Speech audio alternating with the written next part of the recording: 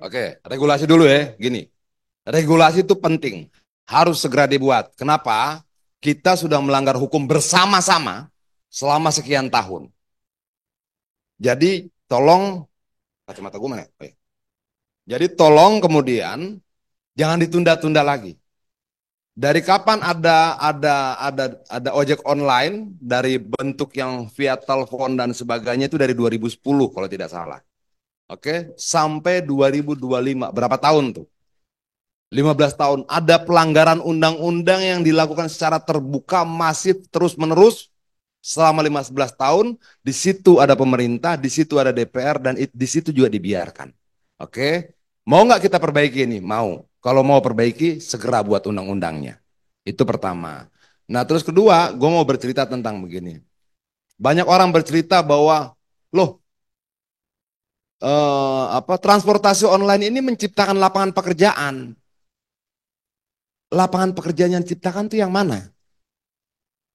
Biar clear kita tidak ada kepahlawanan palsu. Seolah-olah Grab dan Gojek itu pahlawan. Pahlawan dari mana? Karena sebelum ada mereka, ojek pangkalan sudah ada. Mereka cuma menambahkan teknologi, menginjeksi teknologi saja. Apakah ada penambahan signifikan? Ayo kita hitung sama-sama. Pakai hitungan yang paling sederhana, ada 31.800 RT di Jakarta.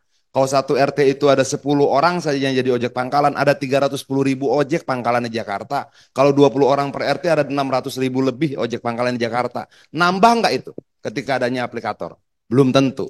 Riset dulu dong. Biar kita bisa hitung, oh nambahnya sekian persen. Jadi jangan mereka berpikir saya pahlawan buat negara ini. Pahlawan dari mana? Menciptakan lapangan pekerjaan. Lapangan pekerjaan apa yang kau ciptakan? Lalu kemudian ada merchant-merchant, pedagang-pedagang. Sebelum ada mereka juga sudah ada pedagangnya. Mereka cuma menyambungkan. Itu loh. Lalu apa jasa mereka? Nyambungin. Jasa itu kepahlawanan? Tidak. Karena tidak gratis. Mereka dapatkan keuntungan. Oke. Lalu kepahlawanan mereka di mana?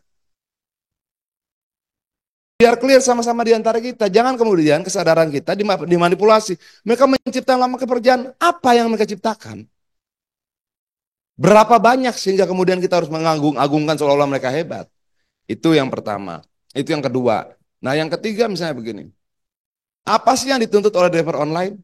Nggak seperti yang dituntut pejabat bos. Mereka tidak minta rumah baru. Tidak minta fasilitas mobil. Tidak minta. Yang mereka minta sederhana.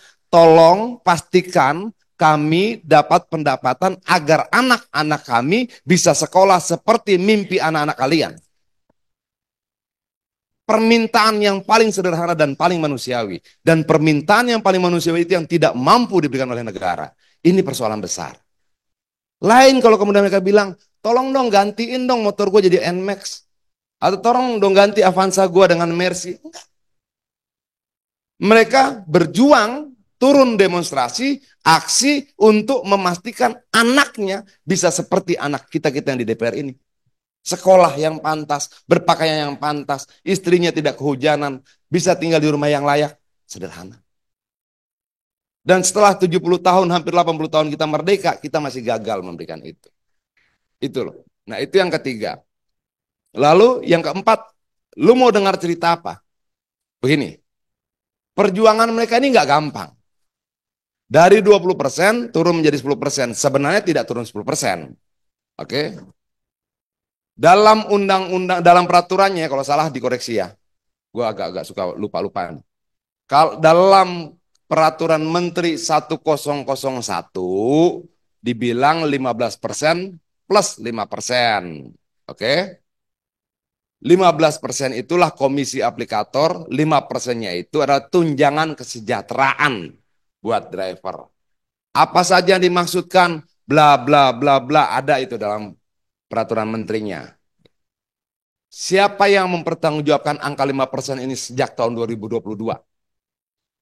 Siapa yang pegang uangnya? Kemana uangnya? Berapa jumlahnya? Boleh nggak kemudian driver ojol tahu? Mereka bilang kita buat ambulans, ambulans mana? Memang di jalan ada tuh ambulans Gojek. Saya cari tahu, oh enggak itu CSR mereka, mereka berikan pada dalam bentuk ambulans pada namanya kalau tidak salah yayasan yayasan medis kalau tidak salah Ozora kalau tidak salah. Betul nggak tuh Pak? Dicek dong. Oke. Nah, jadi itu juga bukan untuk ngangkut driver ojol itu. Yang menurut riset 31,6% driver itu pernah alami kecelakaan. Semua dibayar nggak? Tapi dalam komponen 5% ada komponen apa? Asuransi. Betul nggak Pak? Betul nggak? Betul toh? Ada asuransi. Oke. Mereka bayar asuransi dari yang 5%. Waktu mereka bikin STNK bayar asuransi nggak? Waktu bikin SIM bayar asuransi nggak? Mereka ini orang kaya. Asuransinya 3. Tapi tidak tahu kemanfaatannya buat mereka. Ini masalah gak buat kita semua? Bagi saya masalah. Oke? Sejauh mana yang 5% itu betul-betul diberikan untuk meningkatkan kesejahteraan mereka? Lalu cara berpikir negara bagaimana? Cara berpikir negara, perusahaan aplikator ini punya kemampuan lebih hebat mengelola kesejahteraan mereka. Gitu. Itu kan cara berpikir negara. Ada orang yang sangat luar biasa pintar mengelola, termasuk mengelola apa yang mensejahterakan driver. Kalau begitu balikannya 5% sama driver. Biar mereka urus kesejahteraan mereka sendiri. Kenapa nggak kelihatan? Nggak kelihatan. Apa sih yang diurus? Kecelakaan? Emangnya asuransi aplikator yang dipakai? Tidak, jasara harja lagi. Jasara harja lagi. Lalu uang itu kemana? Oke, sudah tidak percaya, tolong dong Bapak Kementerian Perhubungan sampaikan pada menteri yang terhormat, balikin yang 5%. Sesederhana itu. Sisa berapa? Sisa 15. Tuntutan driver berapa? Berapa yang mau diturunkan? Cuma 5%. Wah, nggak bisa begini. Singapura 5%, 10%. Malaysia 6% kata mereka. Australia 8 sampai 12. Kenapa kita selalu lebih tinggi daripada yang lain? Ini problem yang sama seperti upah buruh tenaga kerja sawit. Buruh sawit di Indonesia kenapa lebih murah bayarannya dibanding dengan buruh sawit di Malaysia? Yang ditanam sawit, pupuknya sama, yang dipetik sama, yang dipanen sama, dijualnya sama. Kenapa lebih murah? Sama juga seperti ini. Itu yang berapa tadi? Yang keempat ya. Lu mau berapa banyak gue bercerita? Gitu loh. Karena satu persatu bisa kita ceritakan. Termasuk misalnya begini. Gue bercerita kenapa bisa terjadi RDPU kemarin tanggal 21. Rencana RDPU di Komisi 5, kalau saya salah tolong dikoreksi Bu ya. Itu sudah diputuskan, RDPU dan driver online itu, kalau saya tidak salah sudah diputuskan dalam rapat internal Komisi 5. Betul nggak? Oke. Menjelang RDPU, jadwalnya hilang. Saya masih tanya di grup, kenapa nggak ada, kenapa nggak ada, kenapa nggak ada. Oke. Tanggal 19, kalau tidak salah 19, saya lupa tanggal 19 atau tanggal 18, ada orangnya Pak Dasko datang ke rumah saya. Oke. Tanya soal ojol. Saya jelaskan. Tanggal 19 kalau salah, tidak salah kita rapat dengan Kementerian Kementerian Perumahan. Ya. Saya datang tiba-tiba Pak Dasko minta ketemu dan saya di lantai 4. Dia tanya tentang ojol dan saya ceritakan panjang lebar. Termasuk saya ceritakan tentang BHR. Kenapa cuma dapat 50.000? Kan 5% tiap hari dipotong. Kok cuma 50.000? Saya ceritakan semua dari A sampai Z segala macam. Dan saat itulah kemudian Pak Dasko berinisiatif untuk melakukan RDPU tanggal 21 yang sudah bergeser dari jadwal. Itu artinya harus kita akui di sini bahwa RDPU tanggal 31 itu betul-betul memang apa? Tanggal 21, yaitu itu telepon Pak Dasko. Kenapa berubah? Jalankan terus. Saya jelaskan jumlah pengemudinya, apa kerugian mereka dan sebagainya itu dari ujung ke ujung saya jelaskan. Sambil makan siang saat itu. Nah, kenapa hilang jadwalnya saya nggak tahu. Tapi kalau kita lihat berapa kira-kira pendapatan aplikatornya gede. Kalau pendapatannya gede, aroma uangnya gede. Gitu loh. Apakah aroma yang sama tercium sampai Kementerian Perhubungan? Saya nggak tahu. Tapi kelihatannya alotnya perjuangan ini. Emang segitu alotnya? Iya. Karena kalau turun kemudian misalnya 5% berarti sekitar total dari 15% itu sepertiga kan. Berarti mereka kehilangan sepertiga pemasukan mereka.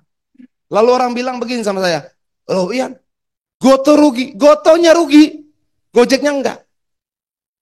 Goto sebagai grup rugi. Tapi dalam analisa keuangan salah seorang pakar ekonomi yang saya baca tulisannya, dia tuliskan di situ kuartal ketiga tahun 2024 pendapatan kotor Gojek itu 10,3 triliun, sementara pendapatan kotor Goto itu sekitar 13, sekian triliun. Jadi 79,1% pendapatan Goto itu disuplai dari pendapatan Gojek. Goto punya 14 anak perusahaan. Menurut pakar ekonomi yang lain yang saya sempat baca pernyataannya, dia katakan bahwa driver ini membiayai lahirnya 13 anak perusahaan yang lain dari uang yang mereka bayar. Come on, sudah berjalan sekian tahun, yuk kita berbalik yuk mensejahterakan mereka yang pernah mensejahterakan yang lain. Nah, enaknya diskusi ini aplikatornya datang. Jangan kemudian aplikator konferensi pers Bang Menteri. Janganlah, ayo. Masih kalian punya data, bukan? Oke? Jangan telepon Adian, kita ketemu berdua aja Bang. Ngapain? Emang kita pacaran?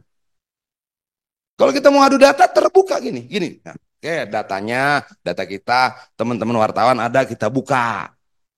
Ada pengamat ekonomi hitung bareng-bareng. Itu enak. Itu loh. Tapi sepertinya Kementerian Perhubungan lebih suka konferensi pers dengan aplikator. Mungkin restorannya lebih jelas. Karena sampai sekarang saya belum lihat nih Kementerian Perhubungan konferensi pers dengan driver. Kalau mau fair, bikin dong konferensi pers dua-duanya. Iya dong. Ini kan enggak.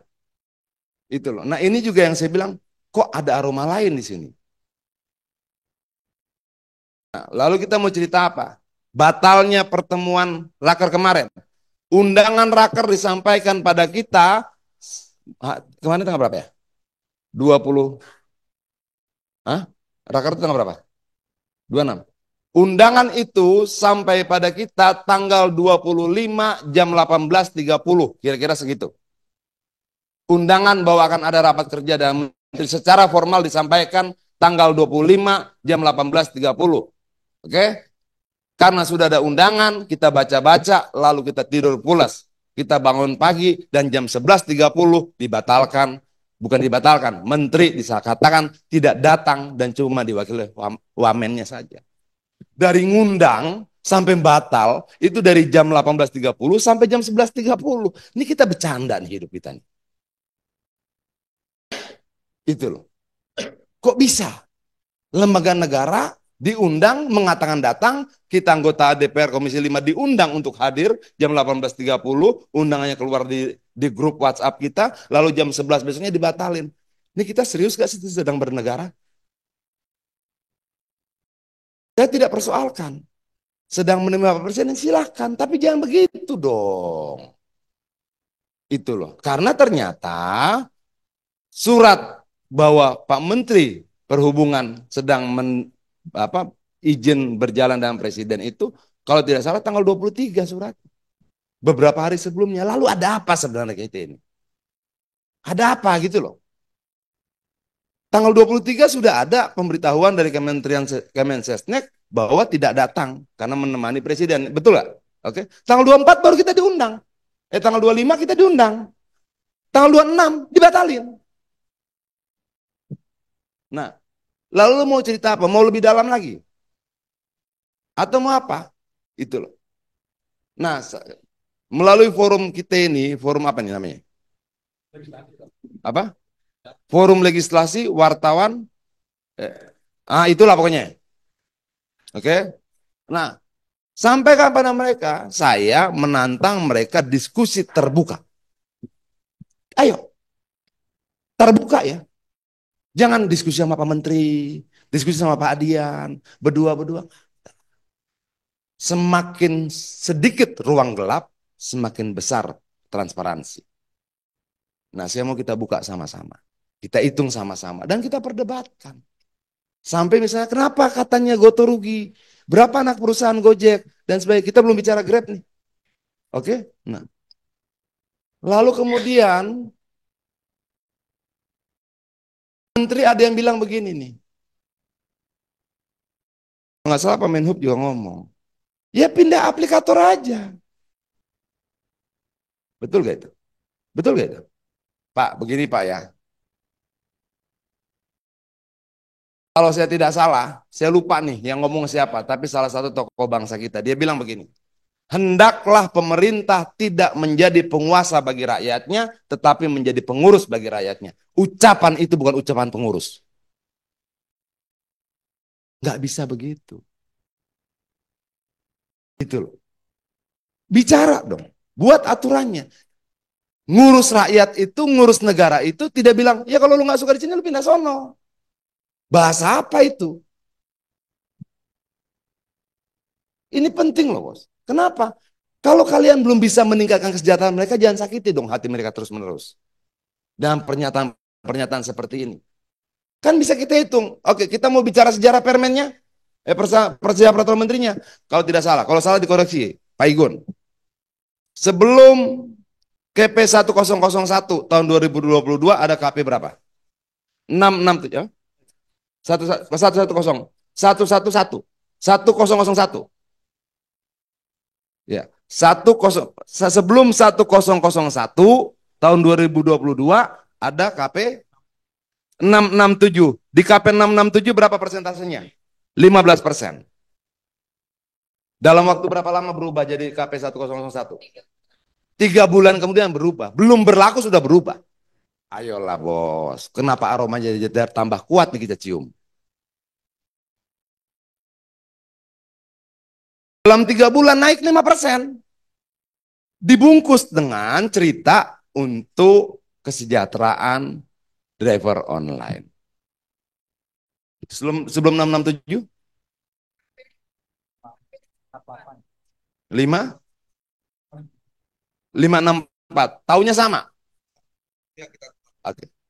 Dalam 1 tahun berapa keluar keputusan menteri? 3.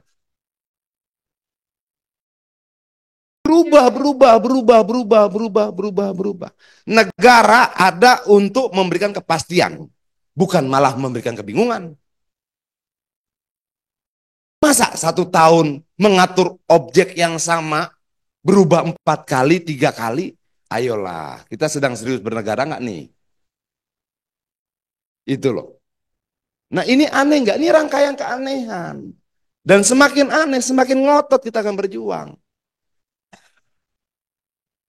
Saya bilang pada teman-teman termasuk di Komisi 5, palunya nih di teman-teman Komisi 5 nih. Lu ketok, tok, minimal 20 juta jiwa lebih sejahtera. Sekarang tinggal keberanian kita ngetok itu. Jangan goyang-goyang. Itu hal-hal yang lain bos, itu bisa kita diskusikan, kita bisa perdebatkan, kita bisa ada argumentasi. Tapi kalau soal penderitaan rakyat, sama. Partai apapun, saya berharap sama kita ngelihatnya. Selamatkan. Terima kasih.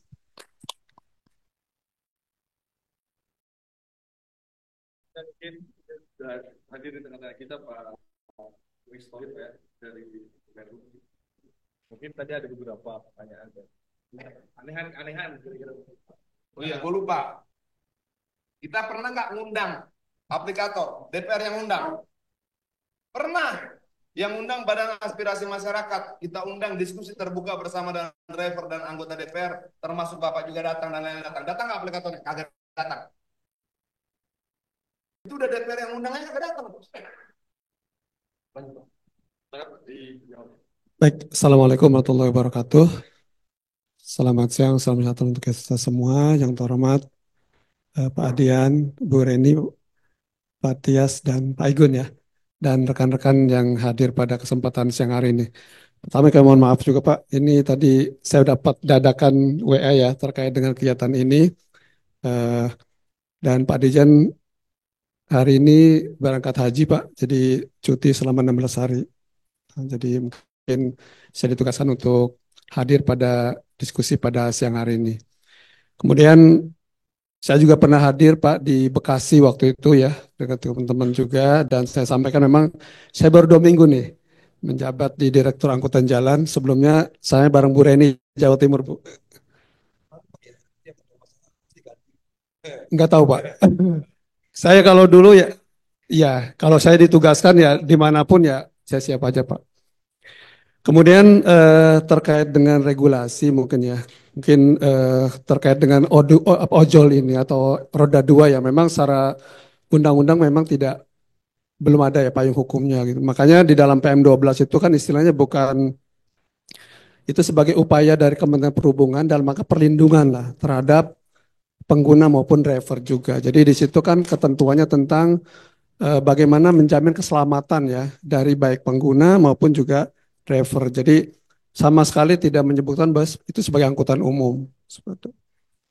Oleh karena itu mungkin terkait dengan usulan untuk menyatakan roda dua sebagai angkutan umum ya monggo itu ranahnya mungkin Komisi 5 untuk diusulkan dalam rancangan revisi Undang-Undang LHJ misalnya seperti itu. Nanti kan bisa ada pro dan kontranya terkait dengan R2 sebagai angkutan umum.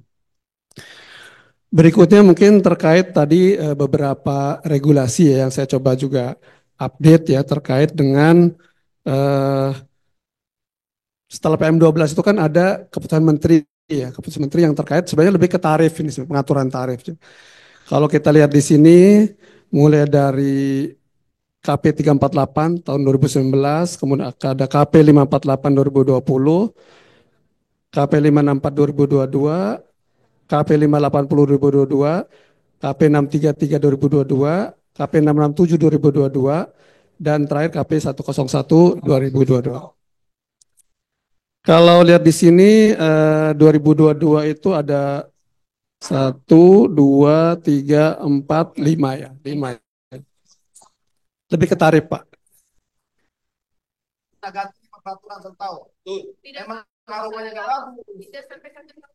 Betul. Jadi saya jelaskan aja ya. Kemudian kalau lihat di KP 348 2019 itu di sini ada biaya kan ada kalau yang diatur di sini kan ada biaya langsung dan biaya tidak langsung. Nah, biaya langsung itu kita menghitung komponen-komponen pembentuk harga tarif per kilometer. Nah, ada juga biaya tidak langsung. Itulah yang disebut dengan tadi aplikasi tadi. Kalau kita lihat di sini Bu ya, di KP 348 2019 itu sampai dengan KP 663 ya, itu 20%. Kemudian di KP 667 15% dan kembali di KP 101 15/5% tadi. Ya, 15/5% tadi yang Mbak Dian sampaikan. Kurang lebih seperti itu. Kemudian terkait dengan penyusunan tarif ya, sebagaimana keinginan dari teman-teman itu juga, sebenarnya teman-teman juga ketika saya kesini juga sudah menyiapkan draftnya Pak. Draftnya itu udah disampaikan juga. Nah, kita fokus sebenarnya di kalau teman-teman di perhubungan itu kan menghitung tadi Pak, komponen tarif kilometer tadi kan. Kaitan dengan biaya tidak langsung, biaya aplikasi ini, ya nanti mungkin ini kan ada dua pihak nih ya.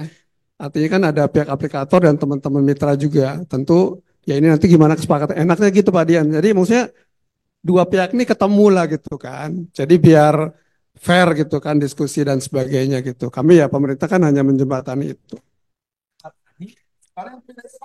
Bukan maksud saya memfasilitasi terbentuknya regulasi.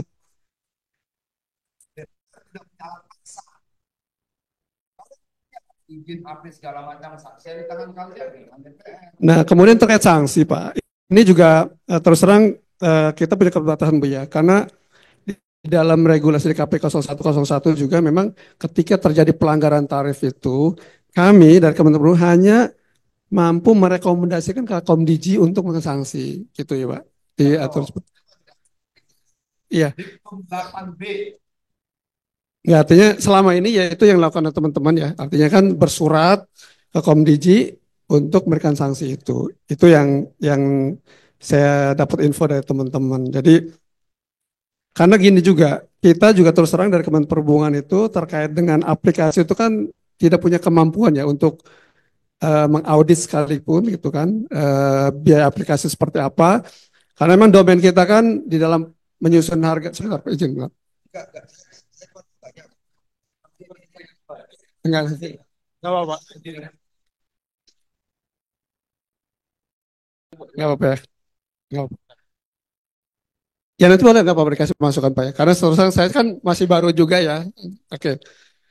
Jadi seperti itu. Jadi apa yang teman-teman bikin itu kan kaitan dengan pembentuk harga tadi rupiah per kilometernya gitu tuh. Terkait aplikasi ya nanti biar tidak langsung tadi. Nah itu mungkin kalau menurut saya ya memang mesti didiskusikan secara apa ya, secara bersama-sama lah ya antara pihak mitra dengan aplikator. Mungkin itu barangkali ya, Mas apa namanya? Mas Faisal, apa yang ingin saya sampaikan terkait dengan regulasi yang ada saat ini, kemudian terkait dengan biaya tidak langsung dalam ini aplikasi tadi ya memang itu juga tidak terus terang kita tidak tahu ya clear hitungan seperti apa sehingga menghasilkan 50% itu gitu. Jadi yang kita hasilkan dari teman-teman itu menghitung biaya rupiah per kilometer tadi. Mungkin itu saya sementara ya. Terima kasih. Assalamualaikum warahmatullahi wabarakatuh. Saya mau nanya sama Bapak, ini kita bicara undang-undang nih Pak ya. Perusahaan aplikasi menerapkan biaya tidak langsung berupa biaya sewa pengguna aplikasi paling tinggi 15% dan atau perusahaan aplikasi dapat menerapkan biaya penunjang berupa biaya dukungan kesejahteraan mitra pengemudi paling tinggi 5%. Oke, artinya 5% itu menurut peraturan ini tidak wajib dan atau bisa, boleh. Oke. Isinya asuransi, fasilitas pelayanan mitra pengemudi, dukungan usaha informasi dan sebagainya. Oke. Ini semua tertulis di sini. Ada nggak komponen lain yang boleh diambil dari pihak manapun di luar komponen ini? Mestinya ya terbatas di situ, Pak. Artinya tidak boleh aplikator ambil biaya apapun di luar daripada yang diatur oleh peraturan ini, betul nggak? Kalau begitu bantah dong soal biaya aplikasi, platform fee dan sebagainya. Karena platform fee harusnya sudah masuk ke sini. Karena ditulisnya jasa aplikasi. Dalam penjelasan mereka kemarin bersama dengan Pak Menteri jelas kok yang disampaikan bahwa oh salah hitung, DPR salah hitung, driver salah hitung, yang benar siapa? Hitungan kami bahwa itu bukan 20%, itu platform fee. Dasar hukumnya apa? Ini dasar hukumnya. Nah, saya minta Kementerian Perhubungan dengan sangat hormat, hormatilah produk kalian. Tanpa bilang itu dibuat kemarin, saya nggak ikut nyatet. Hormat itu. Di tulisan ini nggak ada pungutan lain yang diperbolehkan oleh negara 15% plus 5%. Ada platform fee? Nggak ada. Ini bisa tampilin nggak? Kalau TV bisa tampilin, saya punya banyak banget buktinya. Platform fee. Di judulnya ada namanya jasa aplikasi. Beda, motor 2.000 sampai 3.000, mobil 9.000 sampai 10.000. Itu masuk kemana tuh duit? Apakah dari 15% ini? Menurut mereka, bukan. Bukan dari 15%. Oke, dasar hukumnya apa? Oke, ada itu lagi. Kalau kita jemput ke bandara, ada biaya lokasi. Kalau jemputnya di Halim, biaya lokasinya 18.000. Itu masuk mana? Lalu sudah ada potongan 5% untuk asuransi, mereka masih dikasih lagi 1.000 rupiah biaya perjalanan aman. Itu masuk mana? Kalau menurut peraturan ini, semua itu include dalam 15% ini. Itulah kemudian dari seluruh data perjalanan yang dimiliki, semua tagihannya di atas 20%. Nggak ada aturan hukumnya tentang platform fee. Nggak ada aturan hukumnya tentang biaya lokasi. Nggak ada aturannya lagi tentang 1.000 rupiah untuk perjalanan aman. Ada lagi yang lain, komponen lain. Biaya hijau kan. Buat nanam pohon. Pohonnya di mana? Berapa batang yang ditanam? Ayo dong. Itu loh. Nah, kenapa kementerian nggak berbuat apa-apa untuk ini? Dan tenang ikut menjadi juru bicaranya aplikator. Loh, ini salah hitung, ini termasuk ini di luar daripada yang ini. Nggak bisa. 15% all in di situ.